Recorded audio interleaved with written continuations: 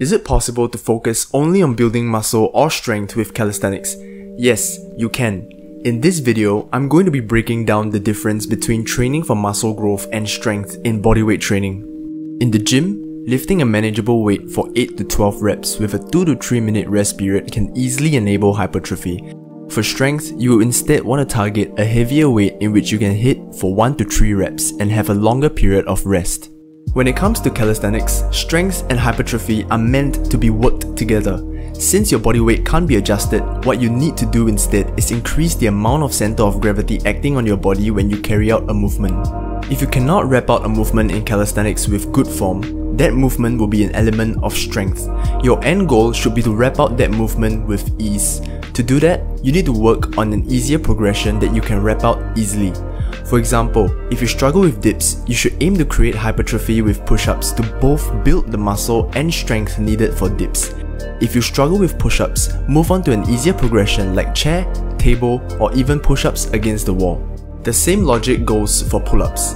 It is essential to focus on both pushing and pulling skills to ensure that you condition your opposing muscle groups to make calisthenic skills like the planche or front lever easier to train for in the future. Static skills like the planche and the front lever can take years to train and are very difficult to achieve. This is because these skills rely heavily on your shoulder tendon strength. When you do regular pushing and pulling movements like the push-up and the pull-up, your tendon plays a very small role as compared to other muscle groups like your arms, chest, and back. Static skills essentially isolate the tendons. This explains why athletes who can do hundreds of reps of dips or pull-ups may find a struggle in training for the planche or the front lever. This is simply because the shoulder tendons are worked best using straight arm movements, and straight arm movements are highly neglected in any aspect of fitness. So you need to train specifically for these two skills if you want to master them and do them consistently. When it comes to training for the planche, your objective should be to start from the planche lean. By leaning forward and holding the position for as long as you can, you develop your tendon's ability to endure your body's weight with an increased center of gravity for a longer period of time. So when it comes to training for a static movement like the planche hold, strength is usually measured by your shoulder's endurance, or simply put, how long you can hold the position with good form before your body starts to compensate for lack of endurance by forcing you to break your form for a longer hold. There are many ways to condition for static endurance. One of them is by using a resistance band for a hold that is not within your reach yet. This not only gives you a rough idea of what it feels like to hold a harder progression, it also conditions your endurance to hold it without a band in the coming future. Since you're training for endurance, you should aim to complete between 3 and 5 sets of just this specific hold for as long as you can with a 2 to 3 minute rest. Afterwards, you should then focus on the most basic progression of the static skill that you can manage with your body weight. For most people, it is the planche lean. Start with 3 to 5 sets of a duration where you can hold with good form and keep to a 2 to 3 minute rest duration. It is only after you have finished training for static skills do you then end off your training with basic movements like pull-ups, dips, inverted rows, and push-ups. When it comes to basic movements after static training, you need to separate your movements into two categories: repetitions for strength and repetitions for hypertrophy. When it comes to repping out a movement for strength, your focus should be on clean, quality reps. If the quality of your reps is compromised, that should mark the end of the set. For pull-ups, this can be pulling your chest to the bar with minimal keeping. For dips, this can be lowering yourself to a 90-degree position before extending your arms fully back up. If you cannot do chest to bar pull-ups, you can do chin over bar pull-ups, but focus on isometric holds. This is a variation where you have to hold a certain position of the pull-up between 1 and 3 seconds. You can start with a dead hang for 3 seconds, pull your chin over the bar and hold for another 3 seconds before you repeat the process. You can also do slow and controlled reps.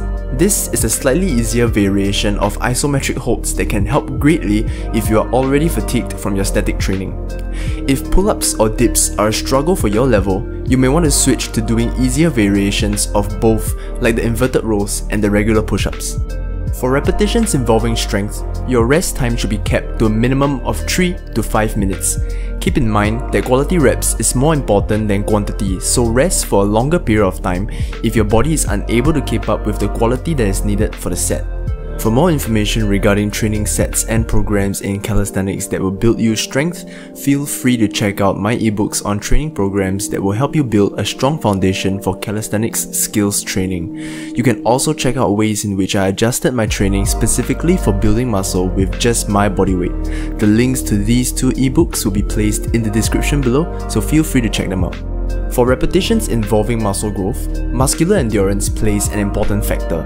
For such sets, you will want to focus more towards quantity than quality. Hitting a high volume of reps in each set matters most. Training to failure in every single set is one of the most efficient ways to create hypertrophy in this case. When it comes to push, you can speed up your tricep growth by doing dips or push-ups without locking out. This puts your triceps under a lot of tension and can accelerate muscle growth to a large extent. For repetitions involving hypertrophy, your goal should be to hit between 5 and 10 sets of a high volume of reps, and your rest time should be kept to 3 minutes at most. Pull-ups and dips mainly hit the arms, chest, and back, so to isolate your shoulders for hypertrophy, you can consider bent arm options like the piked push-ups with a similar training logic to pull-ups and dips. It is recommended to train your push and pull muscles at least twice a day for the most effective growth. It is also key to give your body at least one full day of rest after you have trained for a static skill on the previous day. For example, if you were to be training for pulls on day 1 where you start off with static skills like the front lever by holding the advanced stuck front lever with or without bends, and you end off with basic pulling movements for strength and hypertrophy like regular pull-ups and inverted rows, you will want to give yourself at least one full day of rest on the next day before you start training again. If it is a rest day and you feel like training, you can use that day to train legs. You can choose to then train for a push skill on the third day like planche holds with bends and planche leans followed by dips and push-ups. You need to follow this up with another day of rest on day 4 before you continue to train either push or pull again. If your goal is not static skills but purely muscle hypertrophy, your training routine can be programmed differently. Hypertrophic training can be done up to 5 times a week, with at least one day of rest split between days of training. You can choose to train for a high volume of pulls on day 1, followed by push on day 2, a day of rest on day 3, pulls on day 4, push on day 5, followed by 2 days of rest, or 1 day of rest with another full day of training. You can also train both push and pull on both days, but do what you are weaker in first. If your pulls are stronger, do your push routine first, and if your push is stronger, do your pull routine first. If you do decide to train for both push and pull on the same day, you will be able to give yourself up to 3 days of rest for optimal recovery.